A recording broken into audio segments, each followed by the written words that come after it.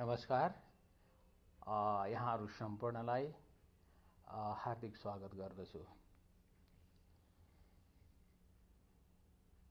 उद्धव सिग्देलको यस च्यानलमा र यस अन्तर्गतको नेपाल विमर्शमा यहाँहरूलाई हार्दिक स्वागत गर्दछु। यो नेपाल विमर्शको पहिलो अङ्क भएकोले आज हामीले नेपालको अहिलेको चाहिँ जुन परिस्थिति छ, विशेष गरेर गत भदौ 23 र 24 गते नवयुवाहरूले जुन खालको विद्रोह गरे, त्यो विद्रोहको पृष्ठभूमिमा र त्यो विद्रोह पश्चात भएका घटनाक्रमहरू र ती घटनाक्रमहरूले अब राष्ट्रलाई कतातिर लिएर जाँदैछ भन्ने कुरामा प्राय सबैजसोको एउटा चासो, चिन्ता र चिन्तनको विषय भएको कारणले यस बारेमा प्रश्न पार्नको लागि आज यो पहिलो अङ्कमा हामीले यी विषय वस्तुहरूलाई पस्किने चाहिँ प्रयत्न गरेका छौँ। र मूल रूपमा नेपालको राज्य सत्ता जुन ढङ्गबाट चाहिँ चल्नुपर्ने थियो, त्यो ढङ्गबाट चाहिँ चल्न नसकिरहेको त्यो अनुभूति आम नेपाली नागरिकले गरिरहेकै थियो।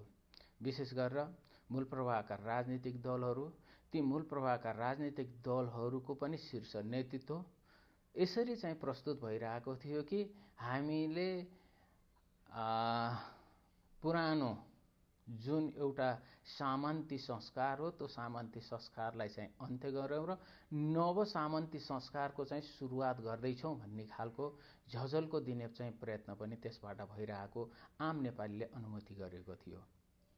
राज्य सत्तामा बसेकाहरूले राज्य सत्ताको अत्यधिक दोहन र त्यसपछि गएर पिपुललाई कुनै पनि खालको डेलिभरी गर्न नसकिरहेको परिस्थितिमा र आम आक्रोश चुलिएको अवस्थामा नवयुवाहरूले विद्रोह गर्नुको विकल्प थिएन।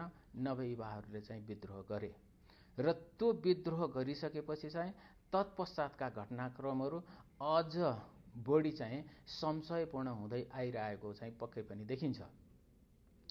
हामीले विगतको इतिहासलाई हेर्यौँ भने कुनै पनि आन्दोलन हुन्छ, कुनै पनि चाहिँ विद्रोह हुन्छ भने त्यो विद्रोह चाहिँ एउटा निश्चित समयसम्म चाहिँ जाने र त्यसले चाहिँ राष्ट्रको चाहिँ मूल रूपमा चाहिँ धरोहरमाथि, त्यसपछि गएर चाहिँ राष्ट्रिय सम्पत्तिहरूमाथि र जनधनमाथि चाहिँ जुन क्षति हुने गरेको चाहिँ हामीले देख्यौँ। तिनीहरूको तुलनामा 2 दिनको विद्रोहले जुन खालको जनधनको चाहिँ क्षति र तत्पश्चात चाहिँ जुन खालको राष्ट्रिय सम्पत्तिको चाहिँ क्षति भयो, यो 21औं शताब्दीको आन्दोलनको चाहिँ एउटा छुट्टै रूप हो भनेर चाहिँ बुझ्न सकिन्छ। र यस 23 गतेको आन्दोलन युवाहरू, विशेष गरेर 13 देखि 28 वर्षका युवाहरू सडकमा आए र त्यसपछि उनीहरूले चाहिँ आफ्नो शान्तिपूर्ण प्रदर्शनहरू गर्दै गए। ती शान्तिपूर्ण प्रदर्शनहरू गर्ने क्रममा चाहिँ एकाएक त्यहाँ आन्दोलनकारीमाथि राज्य पक्षबाट गोली प्रहार हुन्छ। गोली प्रहार हुँदै गर्दाखेरिमा 23 गते नै 19 जनाको मृत्यु भइसकेको भनिन्छ। तर 24 गतेसम्म आउँदै गर्दाखेरिमा चाहिँ त्यो मृत्यु हुनेको सङ्ख्या र त्यो करिब 3 दर्जनको हाराहारीमा पुगेको समाचारहरू आउँछन् र आजसम्म आउँदै गर्दाखेरिमा 76 जनाको मृत्यु भइसकेको छ भनिएको छ। र 76 जनाको मृत्यु भइसकेपछि चाहिँ मलाई लाग्छ सरकार परिवर्तन भएको छ। तत्कालीन प्रधानमन्त्री केपी शर्मा ओलीको सरकार बहिर्गमन भएको छ 24 गते नै भने र नयाँ सरकार सुशीला कार्कीज्यूको नेतृत्वमा निर्माण पनि भइसकेको चाहिँ अवस्था छ र एउटा मन्त्री परिषदले चाहिँ पूर्ण आकार नभए आकार ग्रहण गरिसकेको अवस्था छ।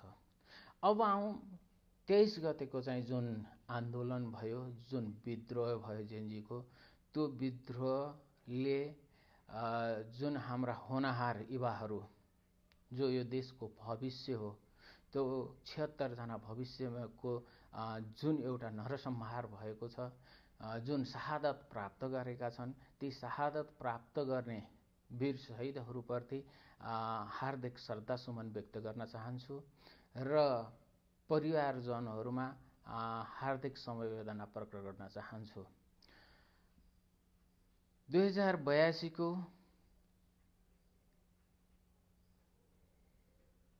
दशैं पर्व सुरु भएको छ।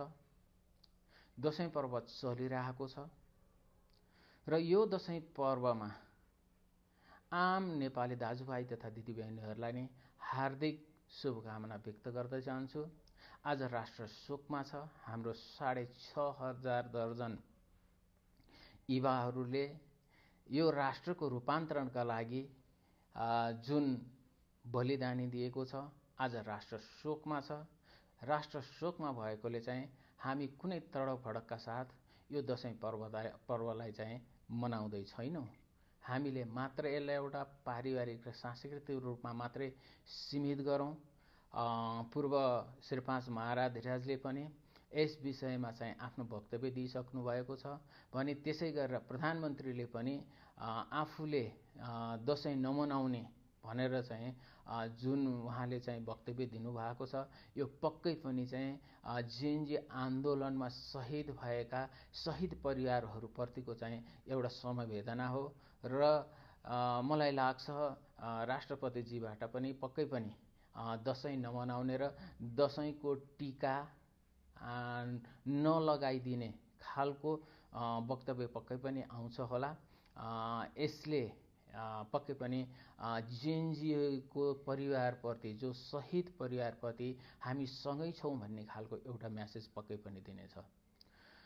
र अब आउँ घटनाक्रमहरूलाई चाहिँ थोरै चाहिँ केलाउँ, विश्लेषण गरौँ र तत्पश्चात चाहिँ नेपाल कतात्यता जाँदैछ र नेपाल ठिक बाटोमा जाँदैछ कि उसले चाहिँ बाटो फरक ढङ्गको लिइरहेको छ, त्यो बारेमा विमर्श गर्नुपर्ने चाहिँ अत्यावश्यक भइसकेको छ।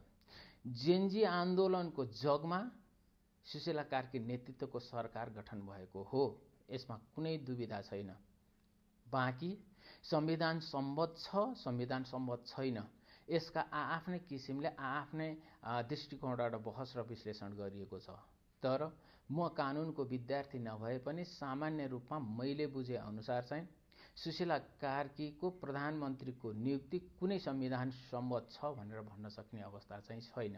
किनभने यो संविधानले संसद सदस्यभन्दा बाहिर रहेको कुनै पनि पात्रलाई, व्यक्तिलाई प्रधानमन्त्रीको रूपमा चाहिँ परिकल्पना गर्दैन।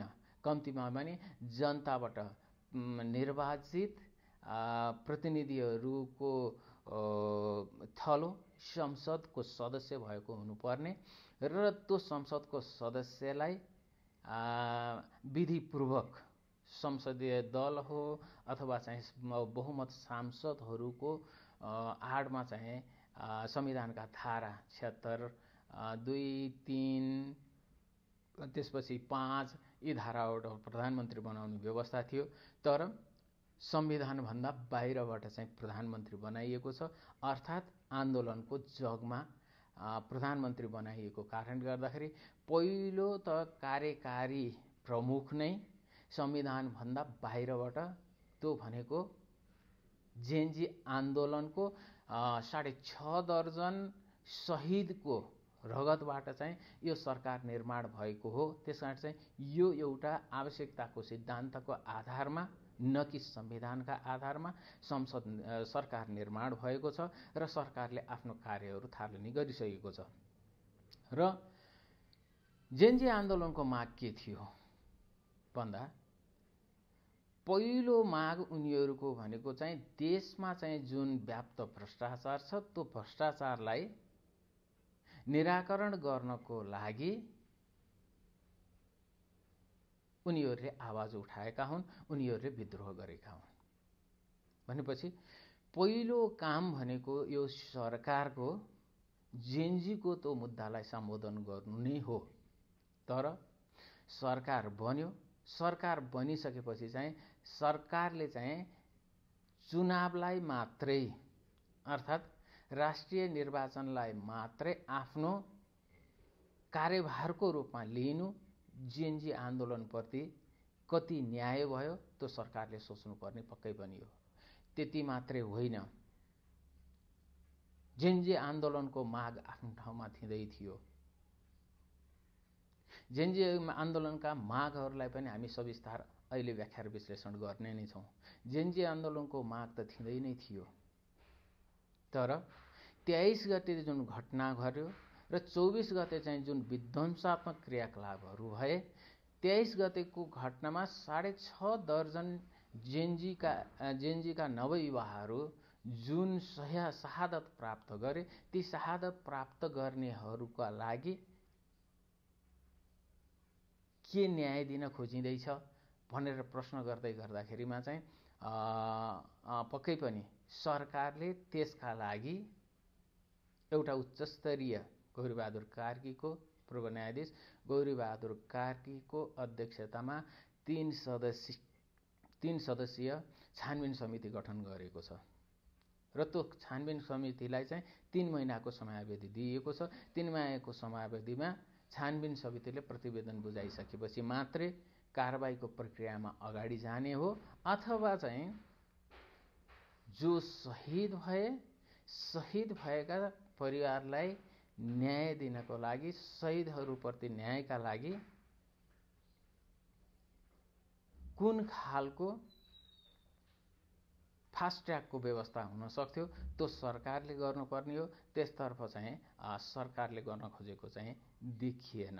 एउटा किन भनेर भन्दाखेरि चाहिँ सरकारको तर्फबाट प्रहरीबाट नै गोली चलेर 6.5 दर्जनको चाहिँ मृत्यु भइसकेको अवस्थामा चाहिँ पहिलो छानबिन भनेको चाहिँ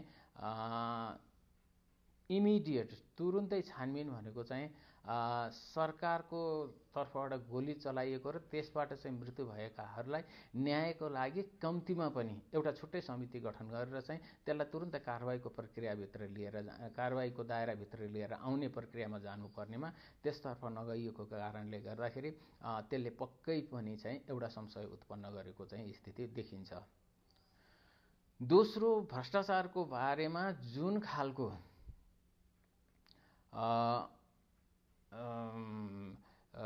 एउटा छुट्टै नागरिक आयोग नै गठन गरेर छानबिन गर्नुपर्ने हो, त्यो छानबिन गर्ने प्रक्रियामा सरकार प्रवेश नै गरेन। अब त्यसका लागि चाहिँ संविधानलाई देखाउन थालियो, त्यसपछि गएर चाहिँ सम्भवतः राष्ट्रपतिजीलाई पनि चाहिँ देखाउन थालियो। अब यो सबै के हो त भनेर भन्दाखेरि चाहिँ भ्रष्टाचारको बारेमा जुन सरकार निर्माण भएको छ त्यो सरकार चाहिँ कति संवेदनशील छ भन्ने कुरा चाहिँ यसबाट स्पष्ट नै हुन्छ।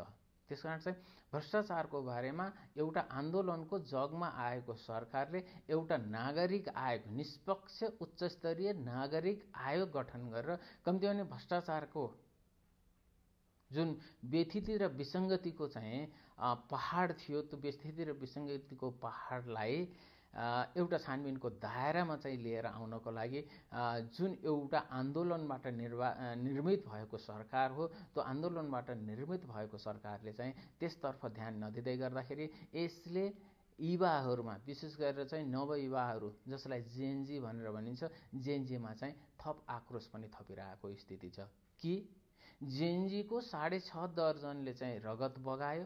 त्यो रगत बगाइसकेपछि त्यो रगत बगिसकेपछि तत्पश्चात चाहिँ जे जति चाहिँ घटनाक्रमहरू भए त्यसले कहीँ न कतै जेएनजीको चाहिँ जुन आवाज हो त्यो आवाजलाई चाहिँ छायामा पार्ने र त्यसपछि गएर जेएनजीको मुद्दालाई निरन्तर रूपमा चाहिँ कमजोर बनाउँदै थन्क्याउँदै जाने जुन खालको चाहिँ प्रयत्नहरू भइरहेका छन्, यी प्रयत्नहरू भनेको चाहिँ अत्यन्त दुःखदायी कुराहरू भइरहेका छन्, जसले गर्दाखेरि चाहिँ राज्य सत्तालाई चाहिँ जुन रूपमा जेएनजीले विश्वास गरेर चाहिँ सडकमा निस्केको थियो र जसरी चाहिँ सत्तालाई चाहिँ विशेष गरेर सरकारलाई चाहिँ परिवर्तन गर्न सफल पनि भयो, तत्पश्चात चाहिँ जेएनजीका मुद्दाहरूलाई सम्बोधन गर्ने क्रममा चाहिँ सरकारको ढिलासुस्ती र साँच्चै भन्दाखेरि सरकारले त्यसतर्फ जति दिनुपर्ने हो, जति चाहिँ उसले ध्यान दिनुपर्ने हो त्यसतर्फ नदिँदै गर्दाखेरि यसबाट के देखिन्छ भने सरकार मात्रै परिवर्तन हो त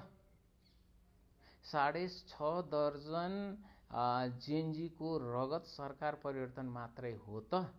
यसले गम्भीर प्रश्न पक्कै पनि उठाएको देखिन्छ। त्यसले गर्दाखेरि सरकारलाई पनि अब थोर बहुत छोटो समय भए पनि मूल्याङ्कन गर्नुपर्ने अवस्था आइसकेको छ।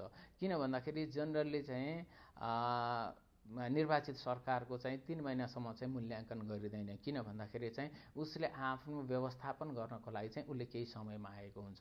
तर आन्दोलनबाट आएको सरकारलाई एक दिन पनि छुट हुँदैन।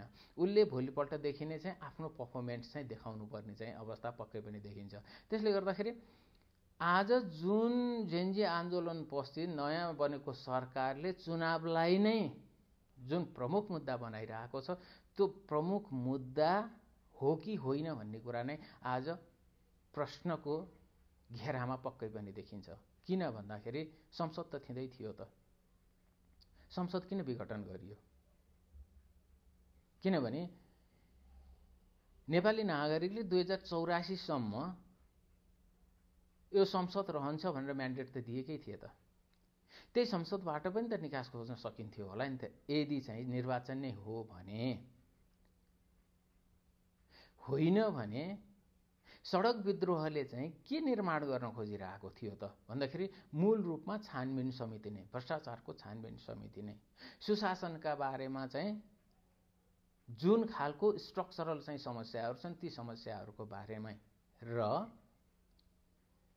जुन भ्रष्टाचार अनुसन्धान गर्नेदेखि लिएर जति पनि संवैधानिक अङ्गहरूमा नियुक्तिहरू भइरहेका थिए त्यो नियुक्तिहरूको बदर गरी नयाँ नियुक्तिसहित तिनै अङ्गहरूलाई क्रियाशील गरेर पनि छानबिन गर्न चाहिँ सकिने अवस्थाहरू पक्कै थियो। किनभने त्यो तागत यो सरकारले राख्थ्यो।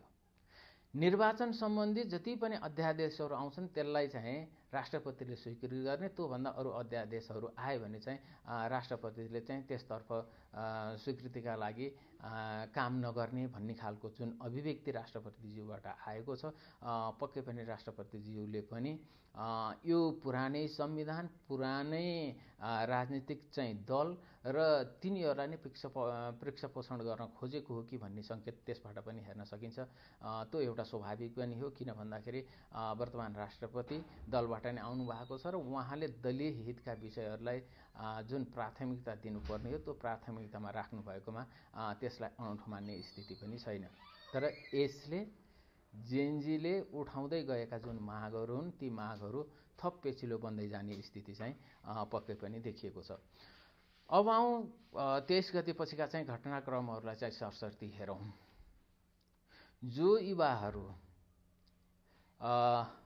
सामाजिक सञ्जालमा आफू जोडिएर त्यहाँ बहस छलफल गरेर र त्यहाँको सूचनाको आधारमा जसरी 23 गते माइतीघर मण्डलामा चाहिँ उनीहरू प्रदर्शनका लागि गए र केही नेतृत्व त्यति बेला देखिएको थियो, विराज ढुङ्गाना लगायतका केही नेतृत्वहरू त्यति बेला देखिएका थिए र 2-3 दिन अघिदेखि नै उनीहरूकै नेतृत्व चाहिँ देखिएको थियो। तर आन्दोलन सुरु भएको केही समयपछि, विशेष गरेर सेकेन्ड हाल्फपछि चाहिँ एकाएक त्यो आन्दोलन चाहिँ अपहरित हुन्छ र त्यसपछि गएर चाहिँ जेएनजी उमेर समूहभन्दा करिब 10-15 वर्ष माथिका कुनै चाहिँ जेएनजीको म नेता हुँ भन्दै चाहिँ दाबी गर्दै चाहिँ आउने परिस्थिति बन्छ र भोलिपल्ट पर्सिपल्टदेखि चाहिँ त त्यो आन्दोलन चाहिँ करिब अपहरित भइसकेको अवस्थामा चाहिँ देखिन्छ। भनेपछि चाहिँ जेएनजीहरू मात्रै रगत दिन त्यहाँ गएको हो त? यसले एउटा चाहिँ प्रश्न उठाएको पक्कै पनि छ। यसलाई अलिकति हामीले आलोचनात्मक रूपमा हेर्नै पर्ने हुन्छ। आन्दोलन जेएनजीले सुरु गर्यो, आन्दोलन नवयुवाहरूले सुरु गरे र त्यो आन्दोलनलाई तत्पश्चात चाहिँ अपहरण चाहिँ अरू कसैले गर्यो। अरू कसैले गर्यो भनेर भन्नुभन्दा पनि चाहिँ आज जुन सतहमा चर्चा परिचर्चाहरू आइरहेको छ त्यो सतहमा आएको चर्चा परिचर्चा अनुसार चाहिँ नेपालमा कार्यरत अन्तर्राष्ट्रिय र राष्ट्रिय गैर संस्थाका जति पनि एक्टिभिस्टहरू छन् अथवा उनीहरूको चाहिँ नियन्त्रणमा गएको छ भनेर जुन कुरा भनिएको छ, वास्तवमा चाहिँ त्यसमा केही तथ्यहरू पनि पक्कै पनि देखिन्छन्। जेएनजी आन्दोलनले उब्जाएका चाहिँ जुन समस्याहरू हुन् ती समस्याहरूमा आज सरकार चाहिँ उदासीन हुनुको पछाडिको कारण के हो त भन्दाखेरि चाहिँ मुद्दा फरक भए। जेनजीको मुद्दा राष्ट्रमा यावत जति पनि समस्याहरू छन् ती समस्याहरूलाई न्यूनीकरण गर्दै जानुपर्छ र युवाहरूले आफ्नै देशमा रोजगार पाउनुपर्छ, यही देशमा रोजगार पाउनुपर्छ, यही देशमा इन्टरप्रेन्योरसिपको वातावरण पाउनुपर्छ र त्यसपछि गएर चाहिँ जुन खालको इनइक्वालिटी विशेष गरेर चाहिँ शासक प्रशासकका चाहिँ सन्तति र चाहिँ आफू एउटा आम नागरिकको बिचको चाहिँ जुन इनइक्वालिटीहरू छन् त्यो इनइक्वालिटीहरू चाहिँ न्यूनीकरण हुँदै जानुपर्छ भनेर चाहिँ जुन युवाहरूले आवाज उठाएका हुन् त्यो आवाजहरू अत्यन्त जायज छन्। किनभने समस्या हामीभित्र नै छ, हाम्रो शासकीय पद्धतिमा छ र हाम्रो चाहिँ संरचनामै त्यो समस्या छ भन्ने कुरा चाहिँ करिब जेनजीले उठाएका विषयमा कसैले पनि दुईमती राख्नुपर्ने स्थिति छैन। र आजको नवयुवा टेक्नोलोजीसँग सँगसँगै जन्मिएर चाहिँ टेक्नोलोजीलाई नै चाहिँ उसले आफ्नो जीवन पद्धति बनाएको स्थिति छ भनेपछि उसको टेक्नोलोजीसँगको चाहिँ जुन लगाव हो त्यो टेक्नोलोजीसँगको चाहिँ लगावका कारणले गर्दाखेरि उसले देश र दुनियाँलाई चाहिँ बडो राम्रोसँग बुझेको पनि छ। उसले बुझेको छ युरोपको चाहिँ देशहरूमा प्रधानमन्त्री र एउटा त्यहाँ म्यानुअल वर्क गर्ने बिचको चाहिँ न खानाको फरक छ, न बस्नको फरक छ, न तिनका छोराछोरी र चाहिँ न सामान्य नागरिकका छोराछोरीमा कुनै भिन्नता छ। यो त जेनजीले देखेको छ। र हाम्रो देशमा चाहिँ जुन खालको परिस्थिति चाहिँ आज निर्माण भएको छ त्यो परिस्थिति चाहिँ के हो त भन्दाखेरि चाहिँ हाम्रो शासक र प्रशासकले कुशासनका माध्यमबाट चाहिँ आफूलाई मात्रै र आफ्नो परिवारलाई मात्रै गर्ने र आम नागरिक र राष्ट्रलाई चाहिँ अलपत्रै छोड्ने जुन खालको परिस्थिति निर्माण भयो त्यसप्रतिको विद्रोह पक्कै पनि चाहिँ देखिन्छ। यसले गर्दाखेरि जेनजीले उठाएको मागहरू भनेको हाम्रा आन्तरिक समस्याका मागहरू हुन् र ती आन्तरिक समस्याका मागहरूमा चाहिँ र यो देशमा यो देशको जुन भू राजनीति छ त्यो भू राजनीतिलाई खेल्नेहरूले पक्कै पनि खेल्छन्, त्यसमा कुनै दुविधा छैन, कुनै दुईमत छैन। र अब आउँ समस्या हाम्रो हो, समस्या हाम्रो राजनीतिको हो, समस्या हाम्रो अर्थतन्त्रको हो। यो राजनीति र अर्थतन्त्रको समस्यालाई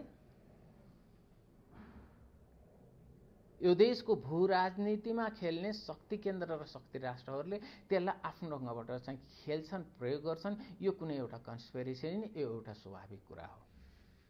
किन भन्दाखेरि नेपालको जुन भू राजनीतिक अवस्थिति र जुन भू राजनीतिक महत्त्व छ त्यो भू राजनीतिक महत्त्वका कारणले गर्दा अन्तर्राष्ट्रिय चासो यसमा हुनु स्वाभाविक हो र उनीहरूले आफ्नो अनुकूलतामा खेल्नु त्यो पनि स्वाभाविक हो, त्यसलाई अन्यथाको रूपमा पनि लिनु हुँदैन।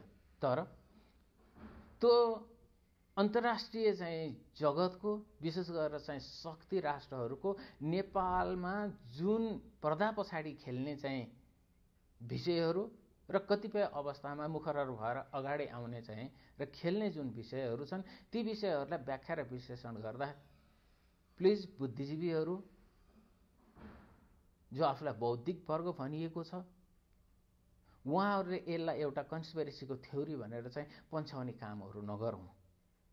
किनभने कन्स्पिरेसीको थ्योरी भनेर हामीले चाहिँ यावत चाहिँ अन्तर्राष्ट्रिय चाहिँ जुन इन्फ्लुएन्सेस हो, जो अन्तर्राष्ट्रिय जुन दबाव र प्रभाव हो त्यो प्रभावलाई चाहिँ हामीले व्याख्या र विश्लेषण बहस नगर्दै गर्दाखेरिमा चाहिँ आम नेपालीले त्यो कुरा नबुझ्दै गर्दाखेरिमा चाहिँ जो चाहिँ विदेशीहरूबाट चाहिँ हुने हस्तक्षेप हो त्यो हस्तक्षेपलाई रोक्नको लागि आम नेपाली नै जागरुक हुनुपर्ने परिस्थितिलाई चाहिँ कन्स्पिरेसीका थ्योरी मार्फत चाहिँ यसलाई चाहिँ बहसलाई नै चाहिँ हामीले छोडिदिँदै गर्दाखेरिमा यो बहसलाई इग्नोर गर्दै गर्दाखेरिमा हामी कहीँ न कतै समस्यामा परिरहेका छौँ र आम नेपाली नागरिकलाई चाहिँ कहीँ न कतै हामीले भ्रममा राख्ने कामहरू पनि गरिरहेका छौँ। यसतर्फ पनि चाहिँ हामी बौद्धिक वर्ग जो आफूलाई भन्छौँ बौद्धिक वर्गले पनि आफूलाई एकचोटि रिभिजिट गर्नुपर्ने अवस्था चाहिँ पक्कै पनि आएको चाहिँ देखिन्छ।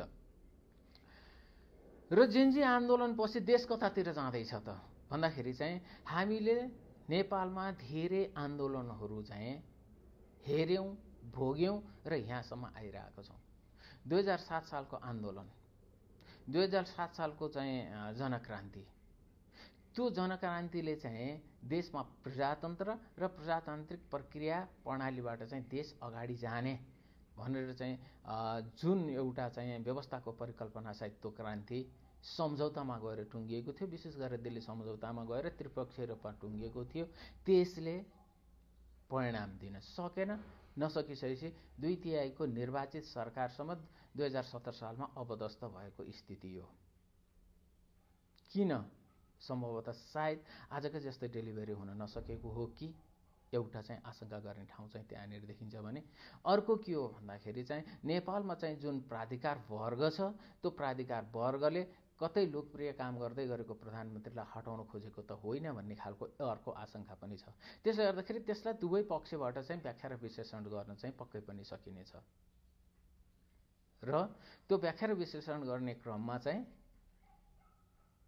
बिना पूर्वाग्रह गर्नै पर्ने हुन्छ र बिना पूर्वाग्रह गर्ने क्रममा चाहिँ हामीले त्यसका चाहिँ सफल पक्ष र चाहिँ त्यसका कमजोरीहरूलाई पनि चाहिँ सँगसँगै उजागर गर्नुपर्ने चाहिँ देखिन्छ। न कि एकहोरो हामीले चाहिँ त्यो निर्वाचित सरकार फाल्नु गलत आफैमा पनि हो, तर किन फालियो भन्ने कुरा चाहिँ सर्टेन जस्टिफिकेसन त्यति बेला पनि पक्कै हुनुपर्छ भन्ने जस्तो चाहिँ मलाई लाग्छ।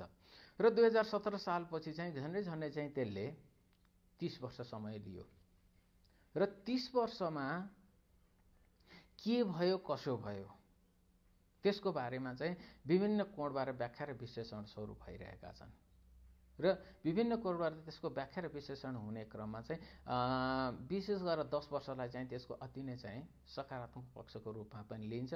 त्यो मूल रूपमा चाहिँ नेपाली चाहिँ नेसन्सलाई बलियो बनाउने हकमा त्यो पनि एकतर्फा व्याख्या र विश्लेषण हुन सक्ला। तर एउटा कुरा के भन्न सकिन्छ भने लोकतन्त्र अथवा प्रजातन्त्र, मानवाधिकार, दलमाथिको स्वतन्त्रता हैन, यी कुराहरू त्यसका चाहिँ ड्रब्याक्सहरू थिए। तर त्यसका चाहिँ सकारात्मक पाटोहरू के थिए त? नेसन एक हिसाबले बलियो हुँदै गइरहेको स्थिति थियो हैन। जसरी चाहिँ 2007 सालपछि नेपालको क्याबिनेटमा चाहिँ इन्डियन प्रतिनिधिहरू हुन्थे, त्यसलाई चाहिँ हटाउने कामहरू भएको थियो र त्यही 10 वर्षको पिरियडमा विशेष गरेर महेन्द्रकालीन 10 वर्षको पिरियडमा नेपालको उत्तरी हिमाली सिमानामा रहेका जति पनि इन्डियन चेकपोस्टहरू छ त्यसलाई हटाउन पनि सफल भएको थियो। नेपाली करेन्सी सुरु भएको चाहिँ स्थिति हो भनेपछि चाहिँ केही राष्ट्रिय हितमा चाहिँ सकारात्मक परिवर्तनहरू त्यो वर्षमा भएको थियो भने अर्को सबैभन्दा महत्त्वपूर्ण भूराजनीतिक सन्तुलन चाहिँ त्यति बेला कायम भएको थियो भनेर भनिन्छ।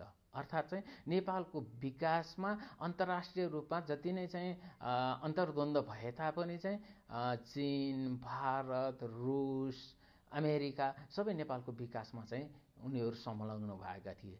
किन भन्दाखेरि चाहिँ राजा महेन्द्रले नेसन फर्स्ट भनेको थियो, ऊ नेसनको लागि उभिएको थियो, त्यसकारण चाहिँ उसलाई सहयोग गर्नुपर्छ भन्ने कुराहरूमा आफ्ना जति अन्तर्द्वन्द्व चाहिँ भए तापनि, किनभने कोल्ड वारको पिरियड थियो, त्यस्तो अवस्थामा पनि नेपालमा चाहिँ शक्ति राष्ट्रहरूलाई विकासका नाममा चाहिँ इन्गेज गराइराख्ने र चाहिँ शक्ति सन्तुलन कायम गरिराख्ने जुन महेन्द्रको चाहिँ एउटा कूटनीतिक चाहिँ सफलता हो, त्यो कूटनीतिक सफलतालाई पक्कै पनि आज पनि हामीले चाहिँ सिक्नुपर्ने छ। कसरी चाहिँ नेसन्सलाई चाहिँ जोगाउन सकिन्छ र नेसन्सलाई चाहिँ कसरी चाहिँ इन्टरनेसनल पावर सेन्टरहरूबाट चाहिँ नेसन्सलाई चाहिँ इन्गेज गराउन सकिन्छ भन्ने कुराहरू त्यसबाट सिक्नुपर्ने पक्कै पनि छ। त्यसले गर्दा त्यसलाई एउटा बहसको पाटो भन्दा नि त्यसलाई इग्नोर गर्ने भने त्यसबाट चाहिँ लेसन लर्न गर्नुपर्छ भन्ने कुरा चाहिँ मलाई लाग्छ। अर्को दोस्रो चाहिँ सबैभन्दा महत्त्वपूर्ण उद्योग धन्दा कल कारखानाहरूको चाहिँ सुरुवात भएको पक्कै पनि थियो हैन। जुट मिल चाहिँ चलिरहेको स्थिति थियो, त्यसपछि गएर चाहिँ चिनी मिल चलेको थियो, जनकपुर चुरट कारखानादेखि लिएर चाहिँ पश्चिममा चाहिँ कपास खेती र चाहिँ त्यसपछि गएर हेटौँडा कपडा उद्योगदेखि लिएर चाहिँ उद्योग धन्दाको एक खालको चाहिँ जग बसिसकेको स्थिति थियो र त्यसले औद्योगिकरणको प्रक्रियामा पनि देशलाई लिएर जान लागिरहेको अवस्थाहरू पक्कै पनि देखिन्थ्यो। त्यसले पञ्चायतलाई मूल्याङ्कन गर्दाखेरिमा चाहिँ त्यसका चाहिँ केही कुराहरू सकारात्मक थिए, जुन कुरा पछि पनि हामीले अनुसरण गर्नु पर्थ्यो त्यो अनुसरण गर्न सकेनौँ भने केही नकारात्मक पाटोहरू थियो, जसको कारण गर्दा 2036 सालमा विद्यार्थी आन्दोलन पनि भयो र त्यो विद्यार्थी आन्दोलनले एक हदसम्म चाहिँ पञ्चायतको चाहिँ जुन एउटा जग हो त्यो जगलाई चाहिँ कमजोर बनाउने प्रयत्न पनि त्यसबाट भएको चाहिँ देखिन्छ, जसले गर्दाखेरि चाहिँ 2037 सालमा जनमत सङ्ग्रह नै चाहिँ भयो, जसमा चाहिँ नेपाली काङ्ग्रेस, कम्युनिस्टहरू अथवा माले लगायत चाहिँ पञ्चायत र एउटा भनौँ न आम नागरिकले बहुदल चाहिन्छ कि चाहिँदैन भन्ने कुरा अथवा चाहिँ बहुदल कि निर्दल भन्ने जनमत सङ्ग्रहमा चाहिँ सहभागी भए। त्यो एउटा चाहिँ प्रजातान्त्रिक प्रक्रियाको चाहिँ थालनी थियो र त्यो प्रजातान्त्रिक प्रक्रियामा चाहिँ बहुदल पक्ष चाहिँ पक्कै रूपमा चाहिँ पराजय भयो र त्यही चाहिँ 36 सालको मुभमेन्ट र 37 सालको जनमत सङ्ग्रहको चाहिँ परिणामस्वरूप चाहिँ 2046 सालको चाहिँ आन्दोलन भयो र 36 सालको आन्दोलनले नागरिक स्वतन्त्रताहरूलाई चाहिँ अगाडि ल्याए, दलमाथिको प्रतिबन्धहरूलाई चाहिँ हटाउने काम गर्यो, जसले गर्दाखेरि चाहिँ एउटा जुन खुला समाजको परिकल्पना गरिएको थियो त्यो खुला समाजको परिकल्पना चाहिँ अगाडि बढ्ने प्रयत्नमा थियो। 48 सालमा चुनाव पनि हुन्छ र त्यसपछि नेपाली काङ्ग्रेसले बहुमत पनि लिएर आउँछ र त्यसपछि नेपाली काङ्ग्रेसले आर्थिक पक्षमा विशेष गरेर चाहिँ अहिलेको चाहिँ जुन वैश्विक रूपमा अनुसरण गरिएको चाहिँ नियो लिबरलिजमको पोलिसी हो, त्यो नियो लिबरलिजमको पोलिसी अनुसार चाहिँ प्राइभेटाइजेसनको प्रोसेसमा गयो। उद्देश्यका हिसाबले ठिक हुन सक्छ तर अभ्यासका हिसाबले त्यो गलत थियो भन्ने कुरा चाहिँ आज पनि चाहिँ त्यो एउटा चाहिँ बहसको विषय बनिरहेको छ भने अर्थतन्त्रको आकारलाई बढाउने काम पनि गर्यो र त्यो अर्थतन्त्रको आकार सँगसँगै चाहिँ त्यसले केही आर्थिक सूचकाङ्कहरूलाई पनि चाहिँ माथि लिएर आउने चाहिँ काम गर्यो र त्यसले एक खालको चाहिँ स्थिरतातर्फ लिएर जान खोजिरहेको थियो। तर नेपाली काङ्ग्रेसभित्रको चाहिँ आन्तरिक कलह जसको कारणले गर्दाखेरि चाहिँ त्यो सरकार 3-3.5 वर्षभन्दा बेसी जान सकेर र मध्यावधि निर्वाचन भयो। मध्यावधि निर्वाचन पश्चात त्यसपछि त्रिसङ्घको सरकार आयो। त्रिसङ्घको सरकार आइसकेपछि चाहिँ हुनुपर्ने नहुनुपर्ने जति पनि विकृतिहरू विसङ्गति हुन् त्रिसङ्घको सरकारमा चाहिँ देख्न पायो र त्यति बेला नै एउटा सबैभन्दा महत्त्वपूर्ण 2052 साल फागुन 1 गतेदेखि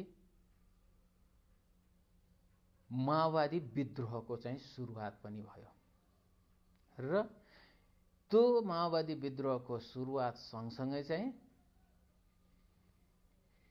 त्यसले त्यही त्रिसङ्घको संसदबाट जुन खालको चाहिँ विकृतिहरूको चाहिँ सुरुवात भएको चाहिँ घटनाक्रमहरू हुन् ती घटनाक्रमहरूलाई एउटा मुद्दाको रूपमा पनि स्थापित गर्यो। झन्डै लाग्छ मलाई 42 मुद्दामा चाहिँ ज्ञापन पत्र बुझाइएको थियो।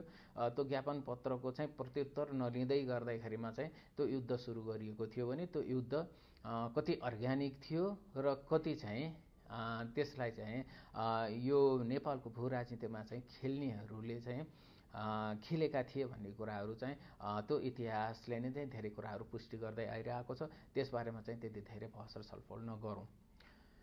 त्योभन्दा अलिकति अगाडि गएर आज जुन परिस्थिति चाहिँ निर्माण भइरहेको छ, आज जुन सरकार र त्यो सरकारलाई चाहिँ जसरी धर्मगुरु दलाई लामाले बधाई दिए, नेपालको इतिहासमा नेपालको सरकार प्रमुखलाई सरकार बनेकोमा चाहिँ बधाई दिने यो पहिलो पटक कार्यहरू भइरहेको छ र यसलाई लगेर हामीले कहीँ न कतै चाहिँ खम्पा विद्रोहसँग जोड्नुपर्ने पनि देखिन्छ। किन भन्दाखेरि चाहिँ 1974 मा खम्पा विद्रोह टुङ्गिएको कसको कारणले भन्दाखेरि चाहिँ राजा र नेपाली सेना यो दुईटाले चाहिँ नेपालको चाहिँ खम्पा विद्रोहलाई चाहिँ दबाएर छोडिदिएको स्थिति हो यो 1974 मा। त्यो भनेको चाहिँ मलाई लाग्छ 2032-33 सालतिरको चाहिँ 32 सालको चाहिँ घटनाक्रम हो। त्यति बेला नै चाहिँ खम्पा विद्रोहलाई चाहिँ दबाउने काम भयो र खम्पा विद्रोह चाहिँ केका लागि थियो त भन्दाखेरि चाहिँ दलाई लामाका ती सेनाहरू नै हुन्। तिनले कम्तीमा नि तिब्बतलाई डिस्टेबलाइज गर्नको लागि नेपालको भूमि चाहिँ प्रयोग गरिरहेको अवस्थामा चाहिँ तत्कालीन राजा वीरेन्द्रले चाहिँ छिमेकीहरूलाई अप्ठ्यारो पारेर चाहिँ हामी यहाँ एक्जिस्ट हुन सकिन्छ र भन्ने खालको चाहिँ दाबीसहित उनले खम्पा विद्रोह दबाएको र उत्तरी छिमेकीलाई चाहिँ कम्तीमा नि नेपालको भूमिबाट चाहिँ चीनलाई चाहिँ कुनै पनि अप्ठ्यारो पार्ने खालको स्थिति हुँदैन र नेपाल एक चीन नीतिमा प्रतिबद्ध छ भन्ने कुराको स्पष्ट द्योतक चाहिँ त्यति बेला भएको चाहिँ देखिन्छ। भनेपछि चाहिँ आज परिस्थिति फेरि त्यहीँनिर आएर चाहिँ रिपिटेड भइरहेको चाहिँ स्थिति छ कि कतै हाम्रो जेनजी आन्दोलनपछि र त्यसको अपहरण चाहिँ जसरी भएको छ र त्यो अपहरणबाट चाहिँ जसरी चाहिँ सरकारको चाहिँ नीति तथा चाहिँ कार्यक्रमहरू अगाडि बढिरहेका छन्, त्यसले के नेपाललाई चाहिँ लामो चाहिँ स्थिरतातिर लिएर जान्छ अथवा चाहिँ नेपाललाई चाहिँ अस्थिर बनाउँछ भन्ने कुरा चाहिँ आज यो दोसाधमा आएर चाहिँ देश अड्केको स्थिति छ। त्यसले गर्दाखेरि राजाहरू छिमेकीहरूको र चाहिँ अन्तर्राष्ट्रिय शक्ति सन्तुलनमा चाहिँ त्यति बेला पनि चाहिँ काम गरिरहेको थिए र राजसंस्थाको बहिर्गमन हुनुभन्दा पूर्व पनि चाहिँ राजसंस्थाले त्यही खालको भूमिका निर्वाह गरिरहेको नै थियो। र 2046 सालमा नै च्यासलमा नेकपा मालेको बैठक बस्दै गर्दाखेरिमा चाहिँ माधव कुमार नेपालले चाहिँ मदन भण्डारी समक्ष चाहिँ नेपालमा चाहिँ अब गणतन्त्रमा जानुपर्छ भनेर चाहिँ जुन प्रस्ताव राखेका थिए, त्यो प्रस्ताव राख्दै गर्दाखेरिमा मदन भण्डारीले आउटराइट रिजेक्ट गरेको कुराहरू पनि चाहिँ आज सार्वजनिक रूपमा चाहिँ बाहिर आइरहेका छन्। जुन कुराहरू चाहिँ राधाकृष्ण मैनालीको किताबमा पनि हामी चाहिँ त्यो कुरालाई चाहिँ पढ्न पाउँछौँ। त्यसबाट के स्पष्ट हुन्छ भन्दाखेरि चाहिँ कम्तीमा पनि वैदेशिक चाहिँ शक्ति केन्द्रहरू, विदेशीहरू, विशेष गरेर चाहिँ हाम्रा चाहिँ छिमेकी लगायतको चाहिँ पश्चिमा राष्ट्र, त्यसमा पनि चाहिँ आजको चाहिँ सुपर पावर नै, हिजोको पनि सुपर पावर, आजको पनि सुपर पावर नै, उस सुपर पावरको चाहिँ नेपाल इन्ट्रेस्ट भनेको के हो त भन्दाखेरि चाहिँ कहीँ न कतै चाहिँ राजसंस्था चाहिँ नेपालको चाहिँ नेपालमा चाहिँ प्रभाव दबाव र आफ्नो अनुकूलतामा हिँड्नको लागि चाहिँ त्यो एउटा बाधक छ भन्ने कुराको चाहिँ चित्रण चाहिँ खम्पा विद्रोह पश्चात नै चाहिँ एसेसमेन्ट गरिसकेको परिस्थिति थियो भने त्यसमा चाहिँ मूल रूपमा दलहरू मार्फत नै चाहिँ खेल्ने चाहिँ जुन शक्ति राष्ट्रहरूको चाहिँ चालबाजी हो, त्यो आएर चाहिँ करिब चाहिँ 46 सालको चाहिँ त्यो प्रस्ताव र त्यसपछि त्यसलाई मदन भण्डारीले आउटराइट रिजेक्ट गर्नु, त्यसपछि गएर चाहिँ तपाईँको 49 सालमा मदन भण्डारीको चाहिँ हत्या हुनु र तत्पश्चात चाहिँ 52 सालमा माओवादी विद्रोह सुरु हुनु र देशको चाहिँ इन्स्टिट्युसन्सदेखि लिएर चाहिँ देश एक हिसाबले चाहिँ कमजोर हुनु र त्यो कमजोर भएको परिस्थितिमा 2058 सालमा दरबार हत्याकाण्ड हुनु र तत्पश्चात चाहिँ राजा ज्ञानेन्द्रले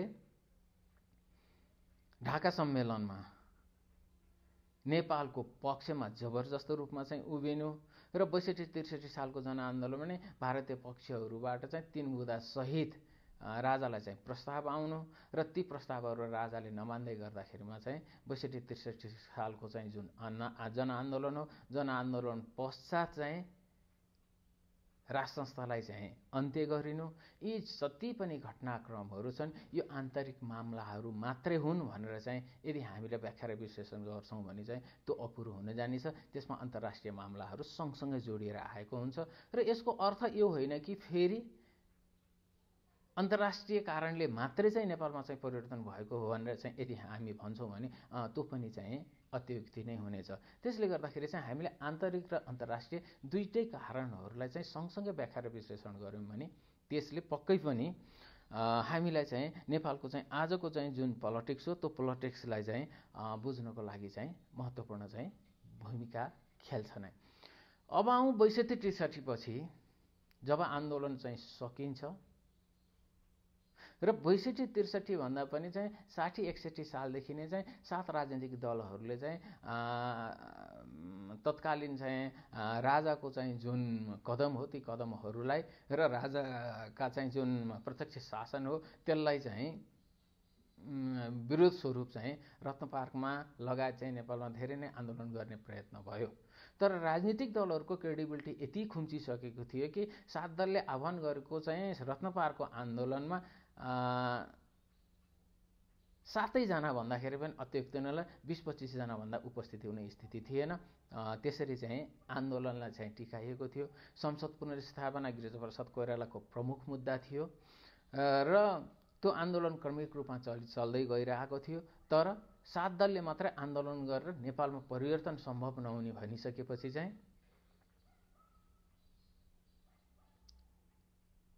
इन्डियामा बसेर नेपालमा मुभमेन्ट चलाइरहेका माओवादीहरूलाई पनि 7 दल र माओवादीहरूलाई एक ठाउँमा लिएर आउने काम चाहिँ पक्कै पनि चाहिँ त्यो नेपालीहरूबाट मात्रै चाहिँ सम्भव होइन। त्यसमा चाहिँ भारतीय भूमिका स्पष्ट रूपमा चाहिँ देखिन्थ्यो र भारत लगायत चाहिँ नेपालमा चाहिँ चासो राख्ने, नेपालको भू राजनीतिमा चासो राख्ने सजिलो भाषामा चाहिँ पश्चिमाहरू पनि चाहिँ त्यसमा चाहिँ संलग्न भएको पक्कै पनि देखिन्छ। जसले गर्दाखेरि चाहिँ 2062 साल मङ्सिरमा 7 बुँदे चाहिँ सहमति गरियो। 7 बुँदे सहमति गरिसकेपछि माओवादीहरू पनि जनआन्दोलनमा प्रवेश गरिसकेपछि विशेष गरेर चाहिँ चैतमा सुरु भएको 2062 चैतमा सुरु भएको चाहिँ 62-63 को जनआन्दोलनमा माओवादीहरू पनि प्रवेश सँगसँगै चाहिँ त्यो आन्दोलनले एउटा ठुलो आकार लिएर त्यसले ऐतिहासिक रूपमा नै ऐतिहासिक रूपमा नै चाहिँ एउटा जन प्रदर्शन त्यसबाट चाहिँ भयो र त्यो जनप्रदर्शनले चाहिँ करिब 21 दिनमा चाहिँ 19 जना मानिसहरूको चाहिँ क्षति सँगसँगै चाहिँ त्यो आन्दोलन चाहिँ पुरा भयो र त्यो आन्दोलन पुरा भइसकेपछि त्यो आन्दोलनमा के कुरा माग गरिएको थियो त भन्दाखेरि चाहिँ पूर्ण लोकतन्त्रको कुराहरू उठाइएको थियो। मूल मुद्दा भनेको चाहिँ संसद पुनर्स्थापना, पूर्ण लोकतन्त्रको चाहिँ स्थापना, अर्थात् निरङ्कुश राजतन्त्रको अन्त्य र पूर्ण लोकतन्त्रको चाहिँ स्थापना भनिएको थियो। राजतन्त्रकै अन्त्य भनिएको थिएन, मात्र निरङ्कुश राजतन्त्रको मात्रै अन्त्य भनेर भनिएको थियो। र 62-63 को जनआन्दोलन चाहिँ सकिन्छ। यो करिब चाहिँ 2063 साल वैशाख 11 गते राजाको सम्बोधन सँगसँगै चाहिँ आन्दोलन चाहिँ सकिन्छ र अहिले सुन्नमा आएअनुसार कुरा चाहिँ प्रष्ट रूपमा खोलिएको छैन। राजा र दलका बीचमा 5 बुँदे सहमति भएको थियो भनेर भनिएको छ, जसको चाहिँ साक्षी करण सिंह पनि हुन् भनेर भनिएको छ, जो चाहिँ तत्कालीन प्रधानमन्त्री भारतीय प्रधानमन्त्री मनमोहन सिंहका इन्भोयको रूपमा चाहिँ नेपाल आएका थिए। राजालाई भेट्दै गर्दाखेरिमा चाहिँ 5 बुँदे सहमतिको खाका पनि तयार भएर चाहिँ 11 गते साँझ चाहिँ 5 बुँदे सहमतिसहित राजाले चाहिँ घोषणा गरेर चाहिँ नेपालमा चाहिँ लोकतन्त्र आएको 62-63 को आन्दोलन समापन भएको हो भनेर चाहिँ भनिएको छ र आन्दोलन सफल पनि भयो। तत्पश्चात चाहिँ त्यसमा चाहिँ बहस चर्चा परिचर्चाहरू धेरै छन् र त्यसपछि 62-63 को आन्दोलन हुँदै गर्दाखेरिमा चाहिँ भारतीय तत्कालीन सचिव श्याम शरणले, विदेश सचिव श्याम शरणले चाहिँ नेपालको लोकतन्त्रको बारेमा, नेपालको गणतन्त्रको बारेमा चाहिँ आफ्नो पुस्तकमा पनि उनले प्रशस्त मात्रामा चाहिँ चर्चा गरिसकेको स्थिति छ। त्यो चर्चाले पक्कै पनि नेपालको चाहिँ सम्प्रभुता, नेपालको स्वाधीनता, नेपालको अखण्डतामाथि केही प्रश्नहरू पक्कै पनि त्यसले उब्जाएको छ। र कहाँसम्म दाबी गरिएको छ भन्दाखेरि नेपालको गणतन्त्रको लागि 7 राजनीतिक दलहरू तयार नभएको अवस्थामा चाहिँ कम्तीमा पनि चाहिँ त्यति बेला आन्दोलन भइराख्दाखेरि चाहिँ आन्दोलनको आकारले नै चाहिँ नेपालमा गणतन्त्र हुने नहुने भन्ने कुरा तय गर्छ भनेर चाहिँ नेपालमा उनी आन्दोलन भइरहेको बेलामा चाहिँ आइरहेको। तर त्योभन्दा अगाडि भारतीय संस्थापनको चाहिँ नीति के थियो त भन्दाखेरि नेपाल 2 पिलर पोलिसी नै हो, संवैधानिक राजतन्त्र बहुदलीय प्रजातन्त्रमा जाने भनेर तत्कालीन प्रधानमन्त्री मनमोहन सिंहले नै त्यही कुरालाई चाहिँ पारित गर्यो। तर श्याम शरण एकाएक नेपाल आएर चाहिँ श्याम शरणले ती कुराहरूलाई इग्नोर गर्दै गर्दाखेरिमा र चाहिँ उनले नेपाल गणतन्त्रमा जानुपर्छ भनेर चाहिँ करिबमा पनि त्यति बेलाका प्यारजङ थापा जस्तो लाग्छ मलाई प्रधान सेनापति, उनी नेपालमा आन्दोलन भइरहेको बेलामा चाहिँ प्यारजङ थापासँग बसेर चाहिँ उनले चाहिँ नेपालको आन्दोलनको बारेमा चाहिँ विमर्श गरिरहेको कुराहरू पनि उनका पुस्तकमा चाहिँ सार्वजनिक भइरहेको स्थिति चाहिँ पक्कै पनि देखिन्छ।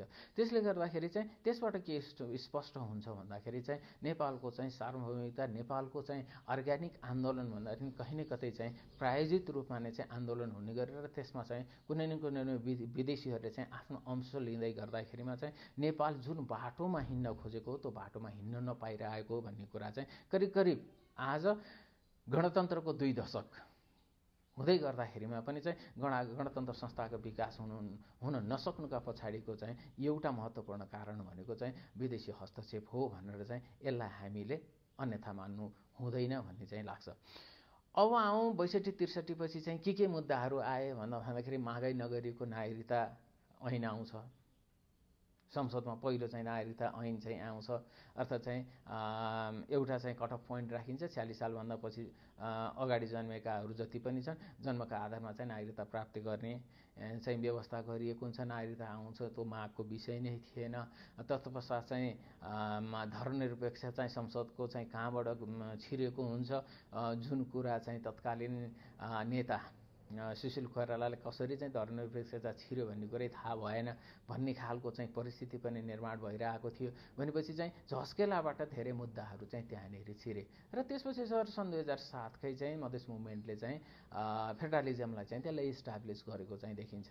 भनेपछि चाहिँ नेपालको चाहिँ जुन समस्याहरू छन् ती समस्याहरू भन्दा पनि चाहिँ इन्टरनेसनल कम्युनिटीको जुन इन्ट्रेस्ट छ त्यो इन्ट्रेस्टलाई सर्भ गर्ने खालको कार्यहरू चाहिँ त्यति बेला नै भएको देखिन्थ्यो र नेपालीहरूको चाहिँ आफ्नो मूल समस्याहरूलाई सम्बोधन भनेर भन्दा पनि चाहिँ विशेष गरेर चाहिँ कसरी चाहिँ कुन संविधानका मार्फतबाट चाहिँ इन्टरनेसनल कम्युनिटीले चाहिँ यहाँ प्ले गर्न सक्छ भन्ने खालको चाहिँ मूलभूत रूपमा त्यतातिर भएको पनि चाहिँ देखिएको थियो। र त्यसपछि गएर त्यहाँका घटनाक्रमहरू 72मा संविधान घोषणा भयो। घोषणा भइसकेपछि त्यो संविधानलाई चाहिँ मधेस केन्द्रित दलहरूले त्यति बेला अस्वीकार गरे र त्यो संविधान घोषणा गर्दाखेरिमा तराई मधेसमा चाहिँ करिब चाहिँ कर्फ्यूको चाहिँ स्थिति थियो, अन्धकारको स्थिति थियो। त्यसबाट पनि बाहिर निस्केर आइसकेपछि निर्वाचनमा सबै सहभागी भयो र एउटा प्रक्रियाबाट चाहिँ अगाडि गइरहेको थियो। र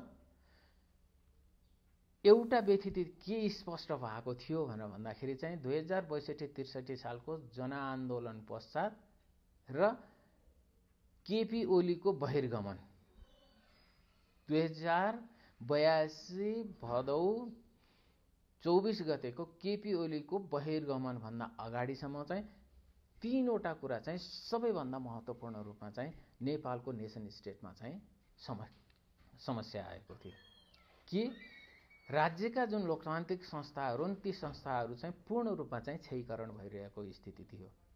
अर्थात् कर्मचारी तन्त्र जस्तो थिएन, सुरक्षा जस्तो थिएन भन्ने कुरा त 24 गते नै देखिसकियो। त्यसपछि गएर चाहिँ न्यायालय जस्तो थिएन, संसद जस्तो थिएन, कार्यपालिका जस्तो थिएन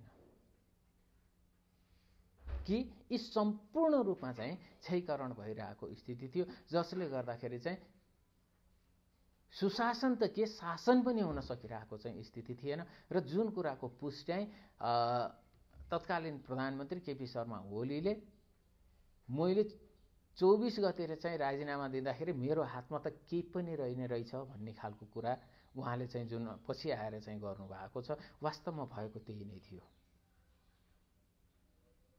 किनभने 62-63 पछि यो देशको प्रधानमन्त्रीमा दुईटा अधिकार मात्रै थियो।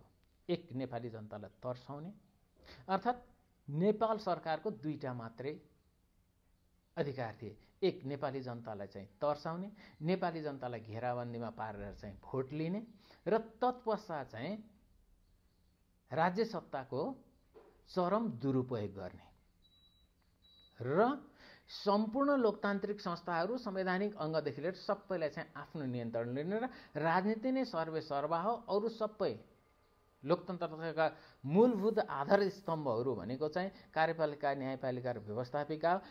यसको शक्ति समन्वय र चाहिँ जुन शक्ति सन्तुलन हो त्यो पूर्ण रूपमा चाहिँ खलबलिएको थियो र सम्पूर्ण राजनीतिकै अर्थात् चाहिँ कार्यपालिकाको छायामा न्यायपालिका र चाहिँ संसद पनि हुने व्यवस्था चाहिँ जुन भयो र त्यति मात्र नभएर चाहिँ संवैधानिक चाहिँ जति पनि अङ्गहरू छन् ती सबै दलीयकरणको चाहिँ शिकार भएको कारणले गर्दाखेरि चाहिँ ओलीजीले केही छैन भन्नुको अर्थ चाहिँ केही छैन नै चाहिँ भइसकेको स्थिति थियो।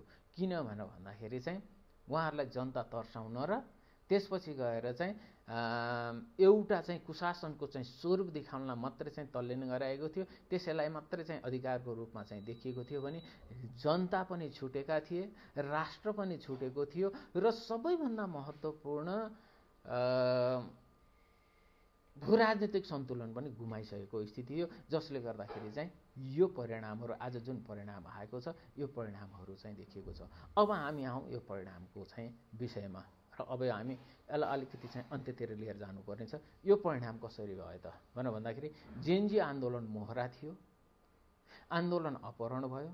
आन्दोलन कसले अपहरण गर्यो भनेर भन्दाखेरि चाहिँ कहीँ न कतै चाहिँ एम्पायरको एजेन्टले आन्दोलन अपहरण गरे भनेपछि चाहिँ त्यो एम्पायरको एजेन्टले चाहिँ आन्दोलन अपहरण गर्नु भनेको चाहिँ नेपालमा चाहिँ विशेष गरेर एम्पायरको चाहिँ एजेन्डा हजुरलाई कार्यान्वयन गर्ने र त्यसलाई चाहिँ इम्प्लिमेन्टेसन गर्ने अथवा चाहिँ पिपुलको तहसम्म लिएर जाने भनेको चाहिँ नेपालको एनजिओहरू नै हो, नेपालमा चाहिँ कार्यरत आइएनजिओहरू नै हुन्।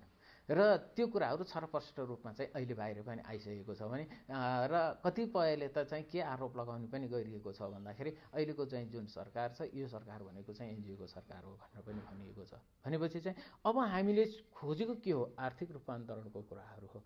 अहिले चाहिँ जेनजीले खोजेको के हो?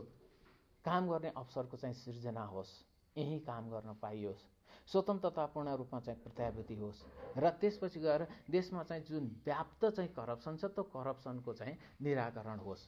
जेनजीले खोजेको चाहिँ यो नै हो, हामीले खोजेको पनि यही हो, आम नेपाली नागरिकले खोजेको पनि यही हो र सुशासन खोजेको हो नेपाली नागरिकले चाहिँ। कुनै व्यवस्था कुनै विधि प्रक्रियाको विरोध भनेर भन्दा पनि यी चाहिँ जुन कुशासनले निम्त्याएका चाहिँ जति पनि चाहिँ विकृति र विसङ्गतिका पहाडहरू छन् र जुन अराजकताहरू छ यसको चाहिँ न्यूनीकरण होस् भनेर चाहिँ जुन माग गरिएको त्यो माग गरिएको चाहिँ विषय अब विषयान्तर हुँदै चाहिँ गइरहेको स्थिति छ। हामीले खोजेको चाहिँ सुशासन सहितको चाहिँ एउटा स्थिर र स्थायित्व सहितको नेपाल हामीले खोजिरहेका छौँ भने नेपाललाई अब जुन एम्पायरले चाहिँ यो लाई चाहिँ एक हिसाबले भन्न अपहरण गर्यो त्यसले कतातिर लिएर जाँदैछ त भन्दाखेरि चाहिँ कहीँ न कतै चाहिँ नेपाललाई चाहिँ फेल्ड स्टेटको स्थितिमा चाहिँ पुर्याउँदैछ कि भन्ने खालको चाहिँ आशंकाहरू गरिएको छ। किन भन्दाखेरि चाहिँ घोषणा नभएको हो, नेपाल चाहिँ मोरलेस फेल्ड स्टेटको चाहिँ इन्डिकेटर्सहरू चाहिँ पक्कै पनि चाहिँ देख्न सकिन्छ। यो एउटा वाइ नेसन्स फेल भनेर चाहिँ एमआइटी र हार्वर्डका प्रोफेसरहरू लेखेको चाहिँ पुस्तक छ। यसलाई एकचोटि चाहिँ हामीले चाहिँ पढ्यौँ भने पक्कै पनि चाहिँ नेपालको पोजिसन कहाँ छ भनेर चाहिँ हामी यसबाट चाहिँ राम्रोसँग चाहिँ अनुमान गर्न सक्छौँ। त्यो भएको कारणले गर्दाखेरि हाम्रो इन्स्टिट्युसन्सहरू टोटल्ली डिके भएर गइरहेको स्थिति छ र यो डिके भएर गएको स्थितिमा चाहिँ अझ हामी चाहिँ अप्ठ्यारो परिस्थितिमा जानु भनेको चाहिँ फिल्ड स्टेजको परिस्थितिमा जानु हो भन्ने कुरा चाहिँ यो ड्यारन एचिमोग्लो र जेम्स रोबिन्सनको यो जुन पुस्तक छ वाइ नेसन्स फेल भन्ने जुन पुस्तक छ यो पुस्तकमा चाहिँ एउटै मात्रै उत्तर दिएको छ, वाइ नेसन्स इज फेल। किन राष्ट्र असफल हुन्छ भन्दाखेरि चाहिँ इन्स्टिट्युसन्स अर्थात् लोकतान्त्रिक संस्थाहरूको क्षयीकरण र त्यसको अन्त्य सँगसँगै चाहिँ राष्ट्र पनि चाहिँ फेल हुन्छ भन्ने खालको चाहिँ तर्क यसमा गरिएको छ। अनुसन्धान गरेर विभिन्न देशहरूको अनुसन्धान गरेर त्यो अनुसन्धानका आधारमा निकालिएको चाहिँ यो तथ्यले नेपालको आज पोजिसन चाहिँ त्यहीँनिर पुर्याएको छ। यदि नेपाल फेल्ड स्टेट हुने भयो भने चाहिँ परिस्थिति कस्तो हुन्छ त भन्दाखेरि अन्ततोगत्वा जो शक्ति राष्ट्रहरू हुन् ती शक्ति राष्ट्रहरूले चाहिँ नेपाललाई चाहिँ आफ्नो क्रीडास्थल बनाउने पक्कै पनि हो र आज नेपाली नागरिक सचेत भएन भने भोलि हामी चाहिँ क्रीडास्थलमा चाहिँ परिणत हुँदैछौँ। त्यसले गर्दाखेरि नै आजदेखि नै चाहिँ सचेत हुनुपर्नेछ र आजदेखि नै नेपालको भू राजनीतिलाई हामीले राम्रोसँग बुझ्नुपर्नेछ र आज हामी सचेत भएर कम्तीमा नै यो देशका चाहिँ नागरिकहरूले यो देश हाम्रो हो, यहाँ कसैले पनि त्यो तहको चाहिँ हस्तक्षेप गर्न सक्दैन भनेर चाहिँ हामी सचेत भयौँ भने पक्कै पनि यो राष्ट्रलाई चाहिँ हामीले चाहेको दिशातिर लिएर जान सक्छौँ। होइन भने कम्तीमा पनि आजको चाहिँ अवस्थितिलाई हेर्दै गर्दाखेरि चाहिँ यो राष्ट्र हाम्रो ग्रिपबाट चाहिँ बाहिर गइसकेको छ र जेएनजीको जुन असन्तुष्टिहरू छन् त्यसलाई सम्बोधन नगर्दै गर्दाखेरिमा चाहिँ अर्को एउटा आन्दोलनको चाहिँ अर्को एउटा विद्रोहको चाहिँ यसले माग पनि गरिरहेको छ। त्यो खालको चाहिँ स्थिति पनि निर्माण हुने देखिँदै गइरहेको छ भने एकपटक चाहिँ अब विद्रोह अथवा चाहिँ कुनै किसिमको चाहिँ आन्दोलन भयो भने त्यसले हामीलाई सकारात्मक बाटोतिर लिएर जाने अवस्था पनि रहन सक्छ भने होइन त्यहाँनिर पनि हाम्रो चुक भएर आज जस्तै जेएनजी आन्दोलनको चाहिँ जसरी चाहिँ आन्दोलन अपहरित भयो त्यसरी नै भोलि पनि त्यो आन्दोलन चाहिँ अपहरित भएर चाहिँ यो देशमा चाहिँ खेल्ने शक्ति राष्ट्रहरूले चाहिँ जुन तहमा चाहिँ खेलेका छन् उनले पक्कै पनि चाहिँ एउटा असफल राष्ट्रको दिशातिर लिएर जाने र आफ्नो उपस्थिति यहाँ कायम गर्ने चाहिँ जुन एउटा प्रयत्न भइरहेको छ। आज नेपाल चाहिँ यो दो बाटोमा उभिएको छ। Nepal is in crossroads. अब यसलाई हामीले बडो गम्भीरताका साथ चिन्तन मनन गरेर अगाडि बढ्नुपर्ने स्थिति छ। आजको यस पहिलो अङ्कमा नेपाल विमर्शको यस पहिलो अङ्कमा आजलाई यति नै। अब यसैलाई टेकेर हामी दोस्रो तेस्रो अङ्कमा चाहिँ यसको गहन व्याख्या र विश्लेषण लिएर चाहिँ आउने नै छु। त्यतिसम्मका लागि चाहिँ यहाँहरूबाट चाहिँ बिदा हुन्छु। धन्यवाद, नमस्कार।